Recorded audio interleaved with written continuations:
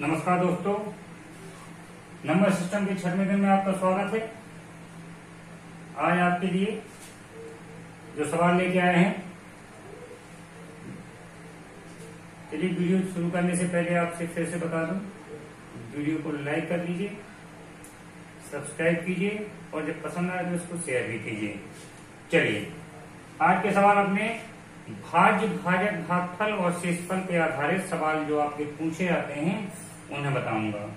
देखिए होता क्या है, यदि आपकी कोई संख्या a है जिसमें आप भाग देते हैं b से, तो मान लीजिए ये q बार भाग जाता है और शेष फल आपका बचता है r।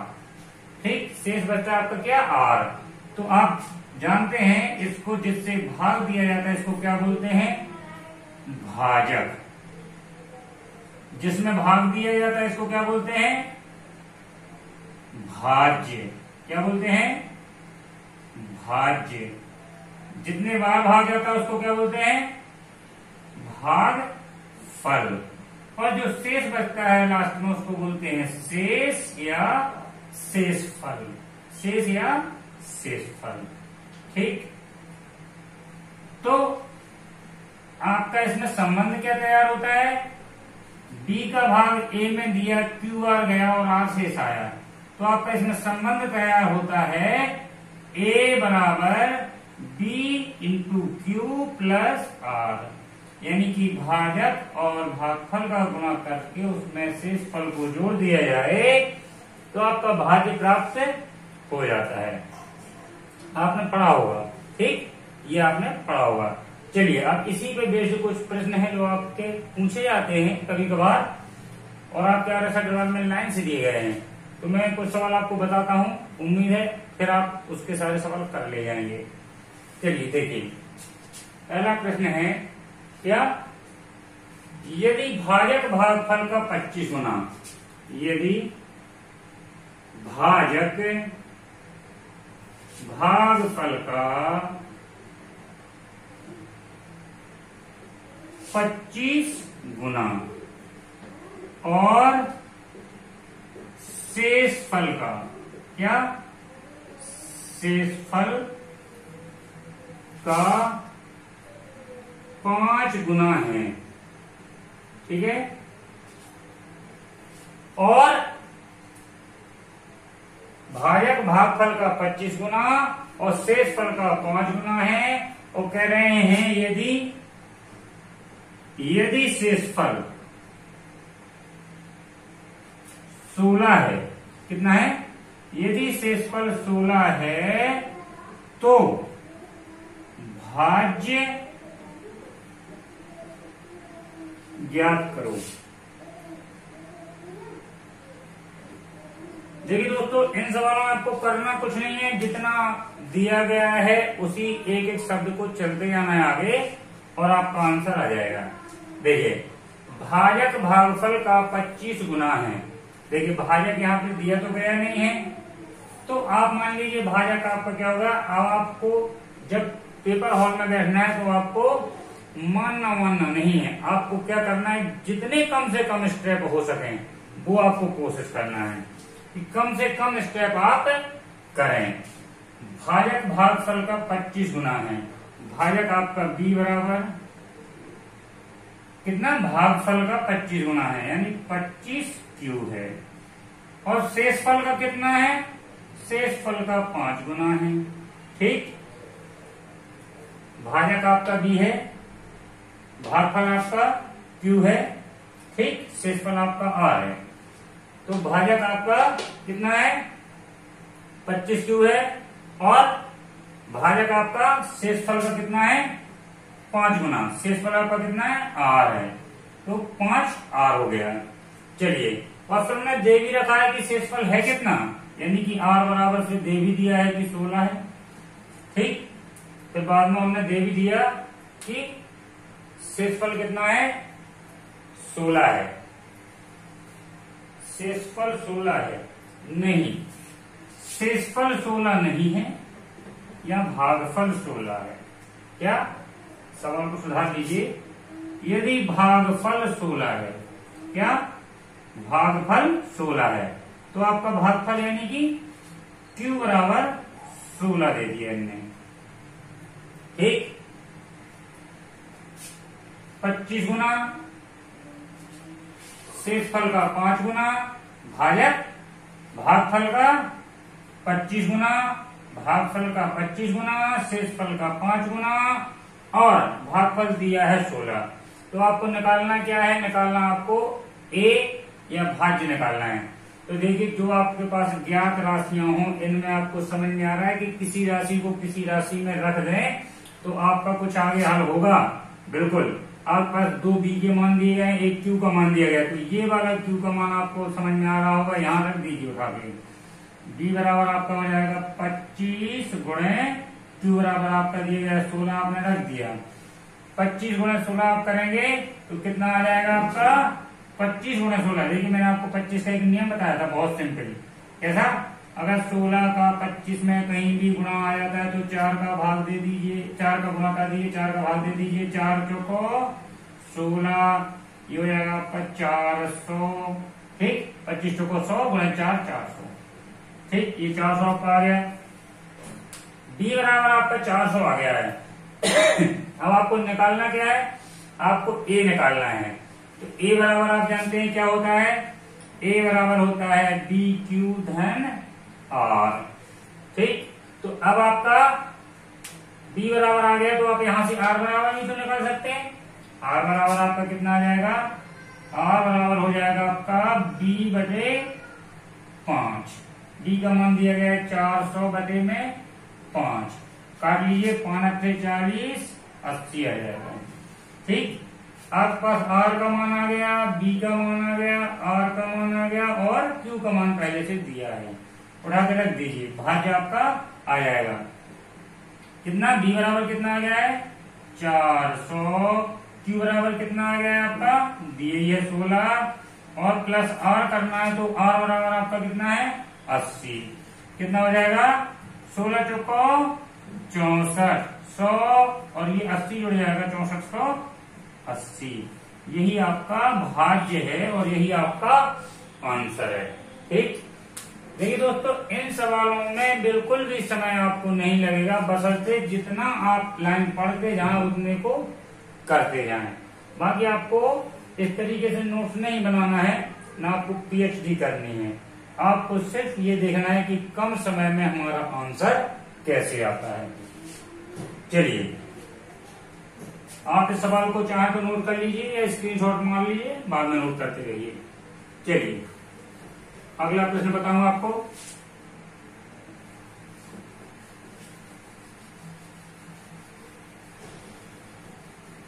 अगला प्रश्न है आपका क्या?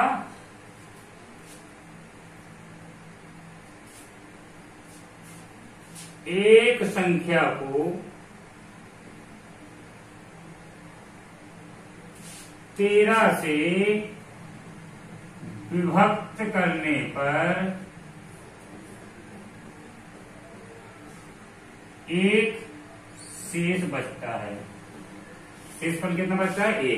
एक शेष बचता है। ठीक है, एक शेष बचता है यदि भागफल को 5 से भाग दें। क्या? यदि भागफल को 5 से भाग दें। ठीक, भागफल को 5 से भाग दें तो 3 शेष बचता है।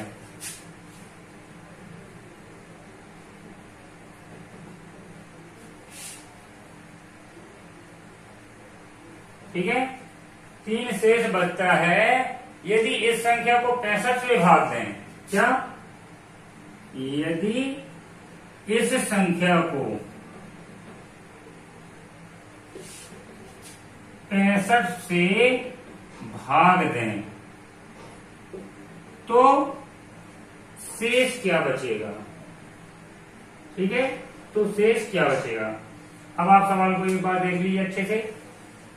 एक संख्या को 13 से विभक्त किया, शेषफल 1 बचा। ठीक, देखिए करते ही जाइए जितना कह रहा है। एक संख्या को, मान लीजिए संख्या आपकी a है, 13 से भाग दिया, मान लीजिए आपका क्यू बार गया है, कितने बार? क्यू बार गया है। ठीक, शेष कितना बच रहा है? 1 बच रहा है। चलिए आगे आपको क्या करना है, यदि भागफल को, यानी भागफल तो यहाँ पे यही मिल रहा है ना क्यों, यदि भागफल को 5 से भाग दिया जाए, चलिए 5 से भाग दे दीजिए, भागफल को 5 से भाग दें तो शेष 3 बचता है। तो शेष कितना बचना है इधर? 3। इधर कितना बचा है? 1। तो शेष 3 बचता है। यदि इस संख्या को 65 से भाग दें तो शेष क्या बचेगा? आपको सिर्फ ये इतनी कंडीशन दी गई है और इतनी कंडीशन दी गई है, इस कंडीशन को आप बैठा लीजिए। कैसे? इसको आप कैसे बैठाएंगे? आपको यहाँ a बराबर क्या आएगा? a बराबर आपका 13 गुणे क्यू हो जाएगा 13 क्यू, कितना? 13 क्यू प्लस 1। इधर से क्या आपका बनेगा? यहाँ आपका कुछ नहीं दिया गया है, ठीक, यहाँ आपका कुछ नहीं दिया गया तो मान लीजिए इसको आप s मान लीजिए। ठीक, इसको मैंने s मान लिया तो ये हो जाएगा आपका। दूसरी कंडीशन में क्या बनेगा? q बराबर क्या आएगा? 5 गुणे s धन 3। ठीक, सिर्फ ये 2 कंडीशन आपको दी गई हैं। तो पूछ रहा है कि इस संख्या को अगर आप 65 से भाग दें, क्या इस संख्या को अगर 65 से भाग दें तो शेष क्या बचेगा? बिल्कुल 65 से भाग देंगे, लेकिन अभी क्यू का मान पहले यहाँ पे रख दीजिए। ठीक, आपके पास 2 कंडीशनें आ चुकी हैं, 2 कंडीशनें आ चुकी हैं। आप क्या लिख सकते हैं इसके आगे? ए बराबर आपका क्या हो जाएगा? 13, क्यू का मान रख दीजिए आप कितना? 5s धन 3 धन 1। ठीक, आप इसको अंदर गुणा कीजिए कोष्टक के। 13 पन्ना 65, 13 पन्ना 65 s, 13 3 39 धन 1। ये कितना हो जाएगा? 65 s धन, यह हो जाएगा 40। तो दोस्तों आपका उत्तर आ गया है। अब इन्होंने पूछा क्या है? यदि इस संख्या मतलब जो संख्या आप शुरू में लेके चले थे जिसमें आपने 13 से भाग दिया था, ठीक, आपको ये मालूम होना चाहिए कि आप ज्ञात क्या कर रहे हैं। तो इस संख्या में अगर 65 से भाग दिया जाए तो शेष क्या बचेगा? तो दोस्तों जब इसमें 65 से भाग देंगे तो ये 65s लिखा हुआ है। तो जब आप a में 65 से भाग लगाएंगे, देखिए a बराबर आपका कितना दिया गया इतना, इसमें जब आप 65 से भाग लगाएंगे तो कितनी बार जाएगा? 65 से इधर भी भाग देंगे और 65 से इधर भी भाग देंगे। तो आपका 65 से जब इसको भाग देंगे तो ये आपका कट जाएगा, कितनी बार पढ़ा जाएगा? s बार। ठीक, s बार जाएगा, यानी कि भागफल क्या बन जाएगा? यहाँ पे s आ जाएगा। ये भागफल था ना, भागफल आपका s बन जाएगा। और ये जो लास्ट में बच रहा है ये आपका शेषफल है। ठीक, तो शेषफल कितना बचेगा? जिसमें आपको प्लस करके लिखा है, क्योंकि आप जानते हैं कि आपका भाज्य बराबर क्या होता है? भागफल गुणे भाजक। क्या? भागफल गुणे भाजक धन शेषफल। तो जब आप 65 से इस संख्या में भाग लगाए तो ये 65 से आपका 65 कट गया और शेषफल आपका कितना बच जाएगा? देखिए, या मैं आपको बहुत अगली लाइन में बता दूं, ये आपने 65 किया, या आपने 65 से इसमें भाग दे दिया, पूरे के नीचे लिख लीजिए 65। तो आपका शेषफल कितना बचेगा? ये 65 से 65 कट जाएगा, s बार आपका भाग जाएगा और इधर आपका ये 40/65 लिख लीजिए। क्या? 40/65 लिख लीजिए, यानी 40 आपका शेष बचा। यही आपका आंसर, यही उनने पूछा था। ठीक, यही आपका आंसर है और यही उनने पूछा था कि शेष क्या बचेगा? शेष आपका 40 बचेगा। क्योंकि दोस्तों आप अच्छे से जानते हैं, इसका भाग लगाना आपको समझ में आ गया। जब इसमें आप 65 से भाग देंगे तो 65 के साथ गुणा में s लिखा हुआ है, तो s बार भाग चला जाएगा, 65 का 65 में भाग चला जाएगा, कितने बार? s बार। और ये 40 इसीलिए अलग लिखा हुआ था क्योंकि ये शेषफल था। और वैसे भी इसमें आप 65 का 40 में भाग जाएगा नहीं, तो शेष आपका 40 बचेगा। चलिए दोस्तों, आपको समझ में आ गया होगा। चलिए अगला प्रश्न बताते हैं।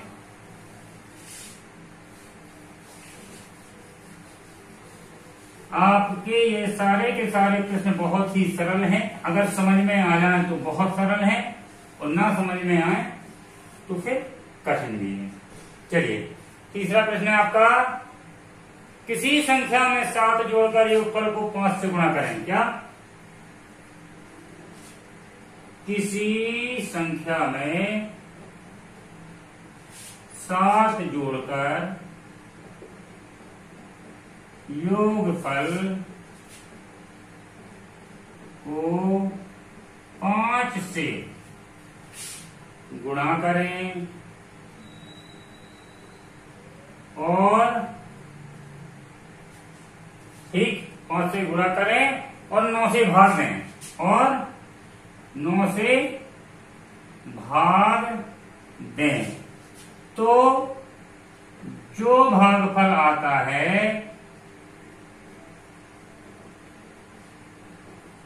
जो भागफल आता है, ठीक है, जो भागफल आता है अगर उसमें से 3 घटा दें, जो भागफल आता है उसमें से 3 घटा दें, तब 12 प्राप्त होता है। तो 12 प्राप्त होता है। ठीक, वह संख्या कौन सी है? तो वह संख्या कौन सी है?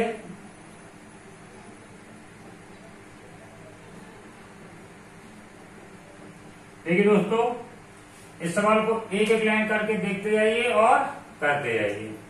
किसी संख्या, मान लीजिए संख्या आपकी x है, ठीक, क्या है? किसी संख्या x है, 7 जोड़कर x में 7 जोड़ दीजिए, 7 जोड़कर ये आपका योगफल हो गया, को 5 से गुणा कर दीजिए। चलिए 5 से इधर लिख देता हूं, x धन 7 गुणा कर दीजिए 5 का और कह रहे हैं भाग दे दीजिए 9 से। संख्या में 7 जोड़ना है, 5 से गुणा करना है, 9 से भाग लगाना है। ठीक, फिर कह रहे हैं उसमें से अभी 3 घटाना भी है, तो कह रहे हैं प्राप्त कितना होना है? 3 घटाना है तो 12 प्राप्त होना है, तो ये 12 प्राप्त हो गया। चलिए इसको हल कर लीजिए, ये 3 आपका इस तरफ जाएगा, ठीक, कितना हो जाएगा? 12 3 15 और 9 से गुणा कर देंगे तो 15 105, 15 नंबर 135। इधर आपका कितना बन जाएगा? ये देखिए इधर आपका बन जाएगा ये 5x धन 5 का अंदर गुणा करते 5x 5 सते 35। इधर आ जाएगा आपका कितना?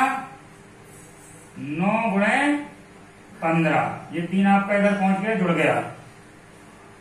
15 नंबर 135 और ये 35 आपका इधर पहुंच के घट जाएगा, तो 5x बराबर आपका 100 बच जाएगा और 5 से कट जाएगा 100, कितने बार? 20 बार, तो x बराबर आपका 20 आ जाएगा।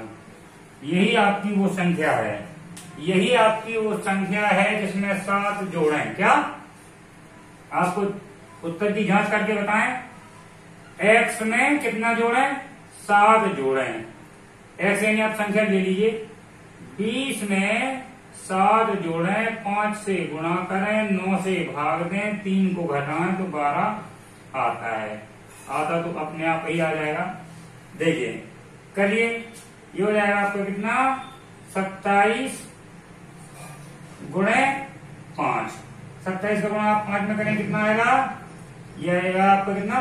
20 और 27 गुणे 5। जब आप 5 गुणा करेंगे 5 सते 35 की 5, 3 कैरी आई, 5 दूनी 10 और 3 13। ठीक, 27 पंचे 135 और बचे में कितना दिया है? या आप इसमें गुणा ना भी करें, ये आपका कितना आया?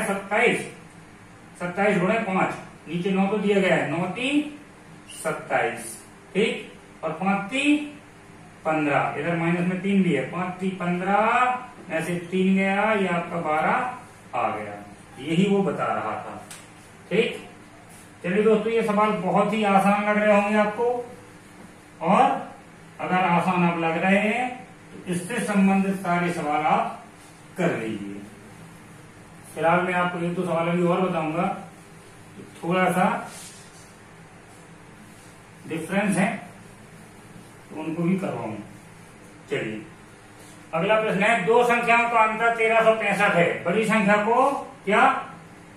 चौथा सवाल है, दो संख्याओं का अंतर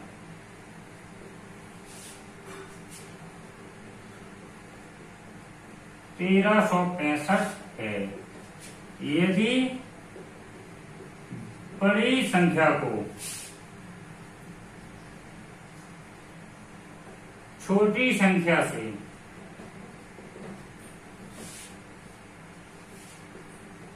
भाग दें, ठीक, छोटी संख्या से भाग दें तो भागफल 6, तो भागफल 6 और शेषफल 15 और शेषफल 15 प्राप्त होता है। ठीक, छोटी संख्या क्या है पूछा है, छोटी संख्या क्या है, ये आपको छोटी संख्या याद करनी है। देखिए दोस्तों बहुत अच्छा सवाल है। दो संख्याओं का अंतर 1365 है, ठीक। मान लीजिए आपकी दो संख्याएं x और y हैं, क्या x और y दो संख्याएं हैं, फिर ने एक छोटे बड़े वाला भी कार्यक्रम कर दिया, तो आप मान लीजिए यहाँ आपकी जो संख्या x है ये y से आपकी बड़ी है, ठीक। ये आपने मान लिया है, दो संख्या आपकी x और y हैं और संख्या x है ये y से बड़ी है। बड़ी है तो कह रहे हैं x में से y आएगा तो कितना आ रहा है 1365। 1365 दोनों संख्याओं का अंतर आ रहा है 1365। यदि बड़ी संख्या को छोटी संख्या से भाग दें, क्या x को अगर y से भाग दें तो भागफल कितना 6 आ रहा है, ठीक। और शेषफल कितना आ रहा है 15, शेषफल 15 आ रहा है, ठीक। तो छोटी संख्या ज्ञात करिए।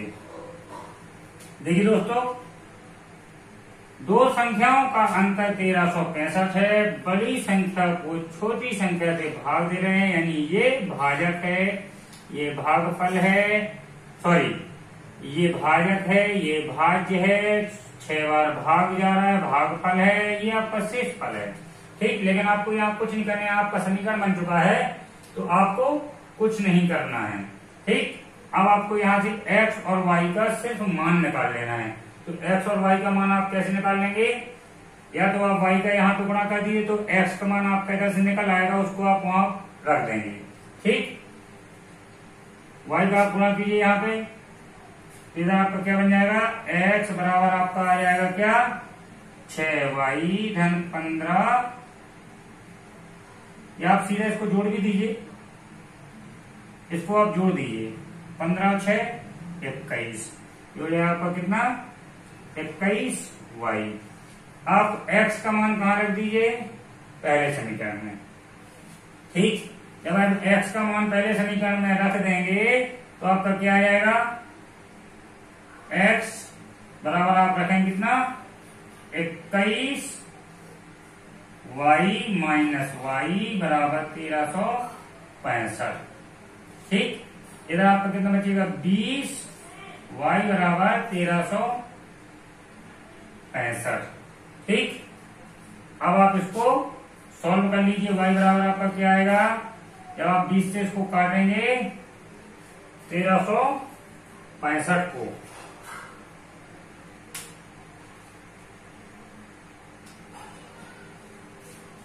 तो आपको कितनी बार जाएगा, 20 से काटिए 5 चौको 20 और ये आपका जाएगा 5 दूनी 10, 5 सते 35, 5 की 15। लेकिन भाग तो आपका पूरा पूरा जाना चाहिए, लगता है थोड़ा सा कहीं ना कहीं गड़बड़ हो गई। क्या दो संख्याओं का अंतर, सवाल देख लें 1365 ही है और भागफल क्या 6 आ रहा है और शेषफल कितना आ रहा है? शेषफल आ रहा है आपका 15। चलिए सवाल को देखता हूं कहां गड़बड़ हो रही है।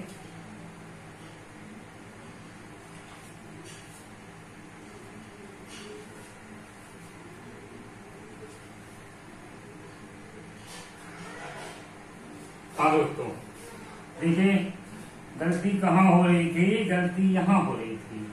क्या गलती यहां हो रही थी?